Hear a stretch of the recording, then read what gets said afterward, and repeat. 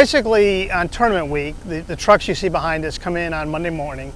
They usually arrive in town the night before on Sunday. They'll park on a 4-day tournament like this on Monday at 8 a.m. Monday afternoon, they'll start running all the fiber that's put out onto the golf course. Then once Tuesday rolls around, a lot more of the crew arrives. They start setting up the cameras, all the announce booth, the camera cranes, the towers have been set the prior week, and that's just a full setup day. Then Wednesday, production arrives. Tuesday afternoon, Wednesday, we start to put together the pieces that are going to run throughout the week. We do a full camera rehearsal with all the cameras and all the positions. We do, a fact check with Orlando with our satellite truck, make sure everything's good, and then, we come at it here on Thursday morning. There's about 80 total when you take there's about 15 on the production side and about 65 on the technical side.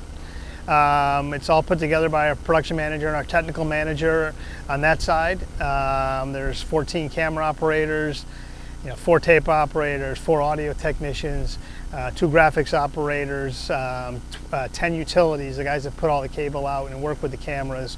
It gets up there pretty quickly, and there's probably 6 or 7 truck engineers that are here this week with us. Thornberry in particular is, for us, a long golf course, and there's a lot of trees. So what that does for us is it makes it a little more difficult for our RF company, BSI, who supplies all our RF cameras, our RF audio for the walking announcers. They basically have to build a site that they can get a signal from each hole, on all the 18 holes, back to us here in the compound. Now at this golf course, it requires 15 sites, which is an awful lot. We've done tournaments where we only need 5 or 6 sites if they're open. This one's 15. So that means there's a lot more fiber and cable that gets run from here to each one of those sites individually. And then those signals get the 4 cameras that work on the RF side running around the golf course, get back to us. The announcers' mics, the 2 roving announcers, their microphones all get back to us through those 15 sites. That's one of the biggest challenges. And then also, with the 3-hour airs, we have to put camera towers. We started this week on the 6th hole all the way through 18. So every course is different, but that's a little bit about what Thornberry is, the challenges we face here. As the director, I'm the first one to admit, and I've tried to follow a golf ball. For me, it's impossible. For the camera operators, golf is kind of a specialty sport. It takes a lot of practice.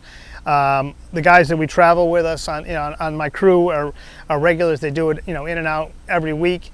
It just takes a lot of practice. One of the keys they always tell the newer guys is, you kind of need to start to pull back as the player takes the club back. You kind of got to get ahead of the ball, because the hardest part about it is losing the ball in frame. So it's that first contact from the club to the initial, second or so as it goes airborne. That's when they've got to try to keep it in the frame.